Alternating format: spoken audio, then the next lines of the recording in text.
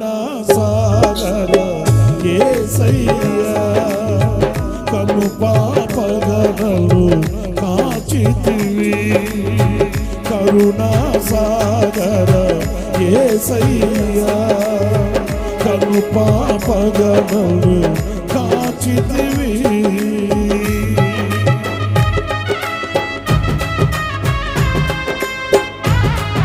స్తోత్రం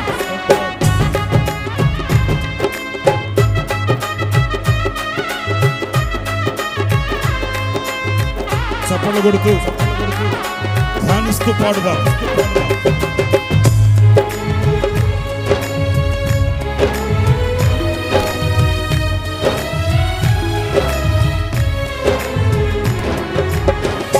యోగ్యత లేని పాత్రను నేను శాశ్వత ప్రేమతో నింపితివి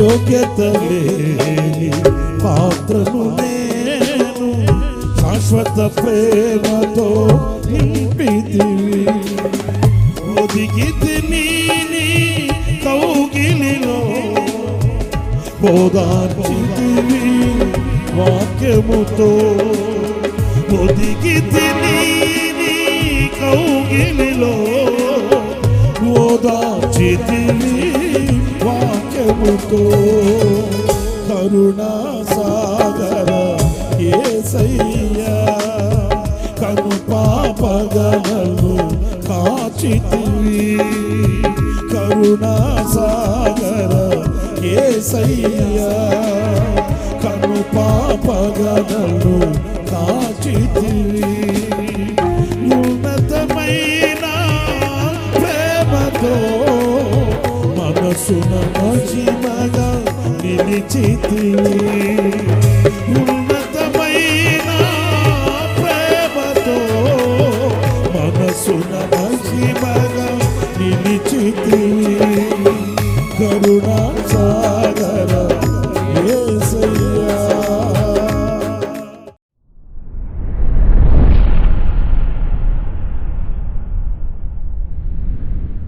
ప్రైజ్ ది లార్డ్. ప్రభు అయిన యేసుక్రీస్తు నామంలో మీ అందరికీ మా హోసన్నా మినిస్ట్రీస్ తరపున హృదయపూర్వకమైన వందనాలు తెలియపరుస్తున్నాను. ప్రభు మిమ్మల్ని ఆశీర్వదించి దీవించునుగాక. ప్రియులారా, పరిశుద్ధ గ్రంథంలో నుంచి పూట పరిశుద్ధుడైన పౌలు ఎఫెసు సంఘానికి రాసిన పత్రిక 2వ అధ్యాయం 8-9 వాక్యాలు నేను చదువుతున్నాను. జాగ్రత్తగా ఆలకించండి. మీరు విశ్వాసము ద్వారా కృపచేతనే రక్షించబడి ఉన్నారు. ఇది మీ వలన కలిగినది కాదు, దేవుని వరమే. అది క్రియల వలన కలిగినది కాదు గనుక ఎవడును అతిశయపడ వీలు లేదు. చూడండి, ప్రతి వ్యక్తి కొన్నింటిని ఆధారం చేసుకొని అతిశయిస్తూ ఉంటారు. కొందరికి ధనమును గూర్చి అతిశయం, మరికొందరికి బలమును గూర్చి అతిశయం, మరికొందరికి జనమును గూర్చి అతిశయం. మాకు అంత ఉంది ఇంత ఉంది అని ప్రగల్భాలు పలుకుతూ ఉంటారు. వాటి యందు వాళ్ళు అతిశయించి ఆనందిస్తూ ఉంటారు. అవన్నీ మనం లోకంలో చూస్తూ ఉన్న పరిస్థితులే. ఆ రీతిగానే ఒక ఆత్మీయుడైన ఒక విశ్వాసి అయిన వ్యక్తి కూడా రక్షణను బట్టి మనము నేను రక్షించబడ్డాను, లేక నేను తప్పించబడ్డాను, లేక నేను విమోచించబడ్డాను అని అతిశయోక్తిగా మాట్లాడుకోవడం కాదు, కానీ ఇది దేవుని ద్వారా కృపచేతనే అనుగ్రహింపబడినది.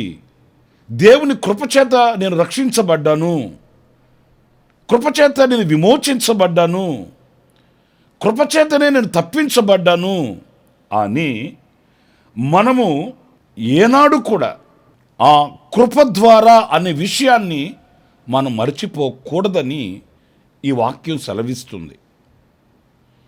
అందుచేత ఎవడు కూడా అతిశయపడవలసిన అవసరం లేదు. నేను గొప్పవాడిని గనుక, మేము గొప్ప జనము గనుక, మేము గొప్ప ధనవంతులు గనక ఆయన మమ్మల్ని రక్షించాడు, ఆయన మమ్మల్ని తప్పించాడని కాదు, కానీ కేవలం ఆయన కృప చేతనే మనం రక్షించబడ్డాము, ఆయన కృప వలననే మాత్రమే మనం రక్షించబడ్డాము అనేది ఏ క్షణం కూడా, నిద్రలో కూడా మనం మర్చిపోకూడదండి. ఆ కృపను బట్టి దేవునికి కృతజ్ఞులమై మనం బ్రతకాలి, మనం అతిశయించకూడదు. మరి దేనిని బట్టి మనం అతిశయించాలి, దేనిని బట్టి మనం ఆనందించాలి అనంటే ఇర్మియా గ్రంథం 9వ అధ్యాయం 24వ వాక్యాన్ని నేను చదువుతున్నాను. అతిశయించువాడు దేనిని బట్టి అతిశయించవలననగా, భూమి మీద కృప చూపుచు నీతి న్యాయములు జరిగించుచున్న యెహోవాను నేనే అని గ్రహించి నన్ను పరిశీలనగా తెలుసుకొనుటను బట్టియే అతిశయింపవలెను. పురిల్లరా చూడండి, ఇక్కడ భూమి మీద కృప చూపుచు నీతి న్యాయములు జరిగించుచున్న యెహోవాను నేనేనని గ్రహించి నన్ను పరిశీలనగా తెలుసుకొనుటను బట్టి, ఆయనను పరిశీలనగా తెలుసుకొనుటను బట్టి అతిశయించాలట. అంటే మనము క్రైస్తవ కుటుంబంలో పుట్టి పెరిగాము, మనకు కొంత తెలుసు, ఎందుకంటే మనకు వేరొక దేవుడు మనకు తెలియదు. క్రైస్తవ కుటుంబంలో పుట్టి పెరిగాం కనుక వేరే వాతావరణం మనకు తెలియదు. అలాగని అంతటితో మనం ఆగిపోవడం కాదు. నాకు బైబిల్ తెలుసు, క్రైస్తవ కుటుంబంలో పుట్టి పెరిగాను, పండుగ ఆచారాలలో నిమగ్నమయ్యాను అని కాదు. ఎంతవరకు మనం ఆయనను గూర్చి తెలుసుకున్నాము, ఎంతవరకు ఆయనను గూర్చి మనకు తెలుసు,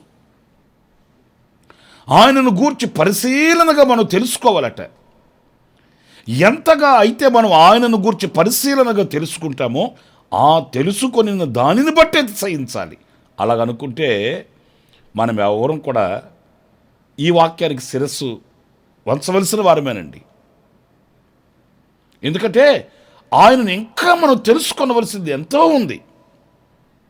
నేను పూర్తిగా ఆయనను ఎరిగాను అని కాకుండా, మనం నడిచే కొద్దీ, వెళ్ళే కొద్దీ, ఆయనతో అడుగులు ప్రారంభించి యాత్ర కొనసాగించబడే కొద్దీ ఆయనను తెలుసుకొనవలసిన విషయాలు ఎన్నో ఉన్నాయండి. మోషే అంటాడు, నిన్ను నేను తెలుసుకోవాలి, నిన్ను నేను ఎరిగిన వాడను కావాలి. నిజమే, మోషే అంతటి గొప్ప దైవజనుడే నేను నిన్ను తెలుసుకోవాలి అన్నాడంటే, ప్రియులారా, తెలుసుకోకుండానే ఆయన సమస్తాన్ని విడిచిపెట్టి వచ్చాడంటే అది కాదు. మన తుది శ్వాస వరకు కూడా, కడశ్వాస వరకు కూడా ఆయనను ఒక క్రొత్త రీతిలో, ఒక క్రొత్తదైన పద్ధతిలో మనము ఆయనందు ఆనందించవలసిన వారం అండి. కనుక ఆయనను గూర్చి పరిశీలనగా మనం తెలుసుకొనటను బట్టి మనం ఆనందించాలి, సంతోషించాలి. అన్నప్పుడు ఎంతవరకు ఆయనను గూర్చి మనం తెలుసుకున్నాము, ఎంతవరకు తెలుసుకున్నాము? మోషేని అడిగితే చెప్తాడు ఆయన ఉన్నవాడు, అనువాడు. యోబు గారిని అడిగితే చెప్తాడు ఆయన సజీవుడు. దైవజనుడైన యోహాను గూర్చి మనం చదువుతాము, ఆయన లోకపాపములను మోసుకొని పోయే గొర్రెపిల్ల. ఇలాగా ఒక్కొక్క అనుభవాన్ని గురించి వాళ్ళు విశదీకరంగా ప్రకటిస్తారు. మరి మనము ఆయనను ఏ రీతిగా తెలుసుకున్నాము, ఎంతవరకు తెలుసుకున్నాము? ఆ తెలుసుకొనుటను బట్టి మనం అతిశయించాలట. మన ఇంట్లో బైబిల్ ఉంటుంది, కానీ మన గుండెల్లో బైబిల్ ఉండదు కదా. మన చేతిలో బైబిల్ ఉంటుంది, మన నోట ఆ బైబిల్ మాటలు ఉండవు కదా. గోడలకి, దిమ్మెలకు వాక్యాలు చూస్తాం, కానీ మన హృదయపు తలుపు మీద ఆ వాక్యపు ఛాయలు కనపడవు కదా. మరి ఏం తెలుసుకున్నట్టు ప్రభుని మనం, ఎంత ఎరిగినట్టు ప్రభుని మనం అనేది ఒక ప్రశ్న. కనుక ఆయనను గూర్చి తెలుసుకున్నట్టును బట్టి మనం అతిశయించాలని దేవుని వాక్యం చెప్తుంది. మరొక మాట, మీరు గలతీ పత్రిక 6వ అధ్యాయం 14వ వాక్యం చదివితే అక్కడ మన ప్రభువైన యేసుక్రీస్తు సిలువ యందు తప్ప మరి దేని యందును అతిశయించుట నాకు దూరమవునుగాక. ప్రియ దేవుని బిడ్డలారా, ఇక్కడ మనం గమనించవలసింది ఏంటంటే సిలువ యందు అతిశయించాలంట. సిలువ యందు అతిశయించడానికి ఏముంది అందులో అనంటే, సిలువ యందు ఒక బలియాగం జరిగింది, సిలువ యందు ఒక పాప పరిహారం కలిగింది. ఆ శిలువ మీద ఒక పరిశుద్ధుడు మన కొరకై బలి అయిపోయాడు. నేను అతిశయించగలిగితే, అదిగో నా కొరకు ప్రాణం పెట్టిన, నా కొరకు బలి అయిపోయిన, నా కొరకై రక్తం కార్చి గొల్లగా మార్చబడి నాగటి చాలు వలె దున్నబడిన పరిశుద్ధుడైన దేవుడు నాకు ప్రత్యక్షమయ్యాడు. ఆయన యందు, ఆ సిలువలో జరిగిన ఆ త్యాగమందు నేను అతిశయించగలగాలండి, మనం అతిశయించగలగాలండి. నా ప్రియమైన సహోదరులారా, కడుపును పుట్టిన వారి కొరకు, తోబుట్టిన వారి కొరకు ఈ రోజున త్యాగం చేయలేని మనుషుల్ని మనం లోకంలో చూస్తున్నాము. కానీ ఒక అధోపాతాళంలో కూరకను పోయి, పాపపోడిలో నిద్రపోయి, పాపపు నాశనానికి దిగజారిపోతున్న మన కొరకై పరిశుద్ధుడైన దేవుడి లోకానికి దిగివచ్చాడు. ఎంచి చూస్తే మంచి మనలో లేదు. మనము దేవుని సారూప్యాన్ని పోగొట్టుకున్నాము, ఆయన పోలికను పోగొట్టుకున్నాము. కానీ ఈ శిథిలమైన మానవాళి కొరకై యేసుక్రీస్తు ఈ లోకానికి దిగివచ్చి ఆయన పవిత్రమైన పరిశుద్ధమైన రక్తంతో మనల్ని కడిగి పరిశుద్ధపరిచి మరలా ఆయన రూపాన్ని మనలో పోశాడు. ఆయన సుగుణములను మనకు అలవర్చాడు. పాపభూయిష్టమైన మన హృదయాన్ని పరిశుద్ధపరిచి పవిత్రపరిచి ఆయన రూపమునకు సమరూపముగా మనల్ని ఆయన మలుచుచు మార్చుచున్నాడు. ఇదిగో ఈ సిలువను గురించిన వార్త మనకు శక్తినిస్తుందండి. ఎవరు కూడా మన కొరకు త్యాగం చేయలేదు, ఎవరు మన కొరకు దిగిరాలేదు. మన ప్రభు అయిన యేసుక్రీస్తు ఆ సిలువలో మండుటి ఎండలో ఆకాశానికి భూమికి మధ్య వ్రేలాడి ఆయన ఆఖరి రక్తపు బొట్టును కార్చి తుది శ్వాసను విడిచి మనకు పునరుద్ధానమునిచ్చాడు, మనకు మరో జన్మను ప్రసాదించాడు.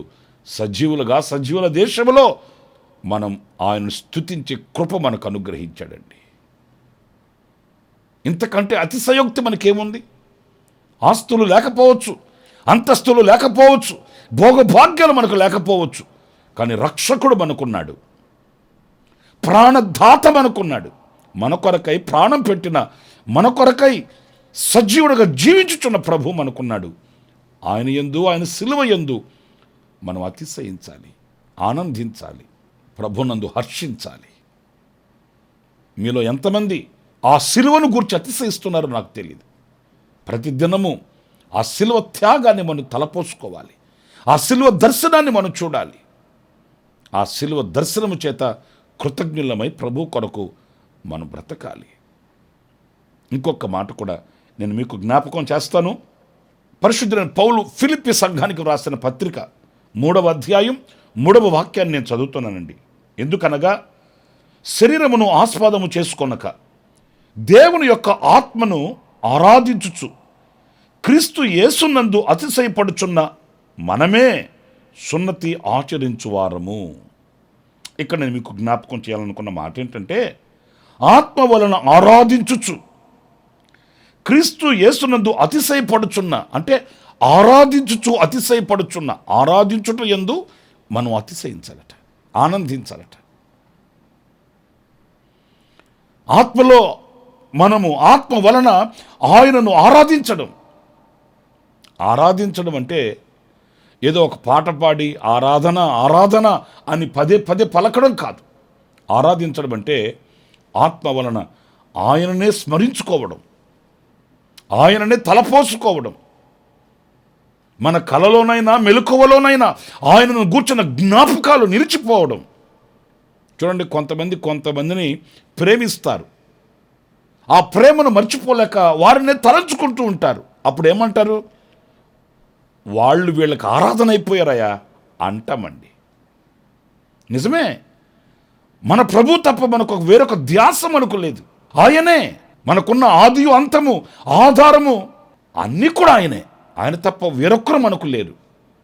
కనులు మూసినా కనులు తెరచినా, నిలిచినా నడిచినా ఆయన రూపమే మన కనులు ఎదుట కనబడుతున్నది, ఆయన రూపమే మన మధ్యలో మెదులుతున్నది కనుక ఆయనే మనకు ఆరాధన. ఆ ఆరాధనను బట్టి మనకు అతిశయం. స్తోత్రం కలుగునుగాక. నా ప్రియమైన సహోదరులారా, ఈ రోజున మన హృదయంలో ఆయన నిండుకొని ఉండాలి, ఆయన కార్యములు నిండుకొని ఉండాలి. మన పేతుడైన దావీదేం పలికాడు? నా అంతరంగములో ఉన్న సమస్తమా ఆయన పరిశుద్ధ నామాన్ని సన్నుతించు, కీర్తించు, ఆరాధించు. అంటే ఆయన అంతరంగములో ఉన్న సమస్తానికి చెప్తున్నాడు. అంతరంగములో ఉన్న సమస్తము అంటే ఆ అంతరంగములో ఎన్నో కార్యాలు దాచుకొని ఉన్నాడు. ప్రభు చేసిన మేలులను వాటిలన్నిటిని తలంచుకుంటూ ఆయనను ఆరాధించడం. అలాగైతే ఆయన చేసిన మేలులు ఎన్ని పొందుకున్నాము, ఎంత ఆరాధిస్తున్నాము, ఇంకా ఆయన చేసిన మేలులన్నీ తలంచుకుంటూ ఆరాధించాలంటే ఆ ఆరాధన అది ఆగేది కాదు, నిలిచిపోయేది కాదు. మనకు ఆరాధన అంటే ఆదివారం, లేకపోతే నిర్ణయింపబడిన కూడికలకు వెళితేనే మనకు ఆరాధన. ఎక్కడికి వెళ్ళి వస్తున్నారండి? ఆరాధనకి. అంటే ఆ రోజు మాత్రమే, ఆ సమయంలో మాత్రమేనా ఆరాధన? కాదు కాదు. ప్రతి క్షణం మన హృదయపు కోవెలలో ఆయనే ఆరాధించబడాలి. మన గుండె గుడిలో ఆయనే నిలిచిపోవాలి. మన మధ్యలో ఎప్పుడు ఆయన నామస్మరణ ప్రతిధ్వనిస్తుండాలి. ఆయనను గూర్చిన జ్ఞాపకాలు మన మనసులో నిలిచిపోవాలి. మరి అలాంటి ఆధ్యాత్మికమైన విలువల్ని, అలాంటి ఆధ్యాత్మికమైన ఉన్నత స్థానాన్ని మనం కలిగి ఉండాలండి. అది మనకు అతిశయం, అదే మనకు ఆనందం, మనకు సంతోషం. లోకంలో నేను ఎంత ఘనుడను అని కాదు, ఘనుడగు దేవునిని నేను ఎంత ఆరాధిస్తున్నాను. ఎవరో చెప్తుంటే నేను విన్నానండి. చంద్రమండలంలో అడుగుపెట్టిన ఆయన గారిని, నీకు ఎలా ఉంది, నీ సంతోషం ఎలా ఉంది అని అడిగితే ఆయన చెప్పారట, నేను చంద్రమండలంలో అడుగు పెట్టడం కాదు, సూర్యుణ్ణి, చంద్రుణ్ణి, నక్షత్రాలని సృష్టించిన ఆ సృష్టికర్త అయిన ప్రభువు ఈ భూతలంపై అడుగు పెట్టాడే, అది గొప్ప. చూడండి, ఆయన దేవుని ఎంత ఆరాధిస్తున్నాడో, తమ హృదయంలో ఎంతగా ఉన్నతంగా భావిస్తున్నాడో. వాస్తవంగా ఆయన అతిశయించాలంటే ఎన్నో చెప్పచ్చు. నేను చంద్రమండలంలో అడుగుపెట్టాను, నేను అంత కృషి చేశాను, ఇంత కృషి చేశాను, నేను ఇంత త్యాగం చేశాను, అంత త్యాగం చేశాను అని చెప్పచ్చు. కానీ ఆరాధించడం అంటే మన హృదయ ప్రతి తలంపులలో ప్రభుని ఘనపరచడం, హెచ్చించడం. తండ్రితో కూడా ఉండుట విడిచిపెట్టకూడని భాగ్యమని ఎంచుకొనక ఈ లోకానికి దిగువచ్చి ఈ పాపభూయిష్టమైన గాఢాంధకారపు లోకంలో పరిశుద్ధుడైన దేవుడు అడుగుపెట్టాడే, అది ఉన్నతమైన కార్యం. అలా హెచ్చించడం, ఆయనను ఆరాధించడం, అలా ఆయన కార్యములను తలపోసుకోవడం, ఆయనను ఆరాధించడం, ఆయన మహత్యాన్ని, ఆయన సర్వశక్తిని, ఆయన సర్వాధికారాన్ని తలంచి ఆయనను మహిమపరచడం. ప్రియా దేవుని బిడ్డలారా, మన ప్రతి అణువులో, ప్రతి పరమాణువులో ఆ ఆరాధన నిక్షిప్తమైపోవాలండి. మన నాలుక ఎప్పుడు ఆయన మాటల్ని ఉచ్చరిస్తూ ఉండాలి. మన కదలికలలో, మన కార్యాలలో ఆయన యొక్క పవిత్రత, పరిశుద్ధత, ఆయనలో ఉన్న సుగుణములను మనం ప్రత్యక్షపరచడం, ఆరాధించడం. ఆ ఆరాధన యందు మనం అతిశయించాలి. అది మనకు తగినది. అలాంటి కృప దేవుడు మనందరికీ అనుగ్రహించునుగాక. ఆమేన్. తలలు వంచండి, చిన్న ప్రార్థన చేసుకుందాం. ఆశ్చర్యకరుడైన తండ్రి, మీకు వందనాలు. నాయనా, మేము అతిశయించుటకు కారణం ఏమై ఉండాలనో మీ లేఖనాలలో నుంచి మేము ధ్యానిస్తూ వచ్చాము. మిమ్మల్ని పరిశీలనగా తెలుసుకుంట యందు మేము అతిశయించాలని, సిలువ యందు మాత్రమే మేము అతిశయించాలని, మిమ్మల్ని ఆరాధించుట యందు మేము అతిశయించాలని ప్రభువా లేఖనాలలో నుంచి మేము తెలుసుకున్నాము. అవును, లోకమందు మేము అతిశయించడానికి మరొకటి లేదు. కానీ మీరు ఏమై ఉన్నారో మిమ్మల్ని పరిశీలనగా తెలుసుకొని, మీరు మా కొరకు చేసిన ఆ త్యాగ ఫలాన్ని ధ్యానించుకొని నిన్ను ఆరాధించుట యందు అతిశయించే కృప మా అందరికీ, ఒక్కొక్కరికి మీరు ప్రసాదించండి. ఆధ్యాత్మికమైన విలువల్ని గుర్తించగలిగిన మనోనేత్రం మీరు మాకు వెలిగించారు. నీ చేతిని పట్టుకొని మీ కొరకై సాక్షిగా బ్రతుకుటకు సహాయం చేయమని మమ్మల్ని మీ చేతులకు సమర్పించుకుంటూ యేసు నామములో ప్రార్థించి వేడుకొనుచున్నాను తండ్రి. Amen, amen. ప్రభు మిమ్మల్ని ఆశీర్వదించి దీవించునుగాక. ఈ దినమంతా విశేషమైన కృప నా దేవుడు సమృద్ధిగా మీకు అనుగ్రహించుగాక. ఆమేన్.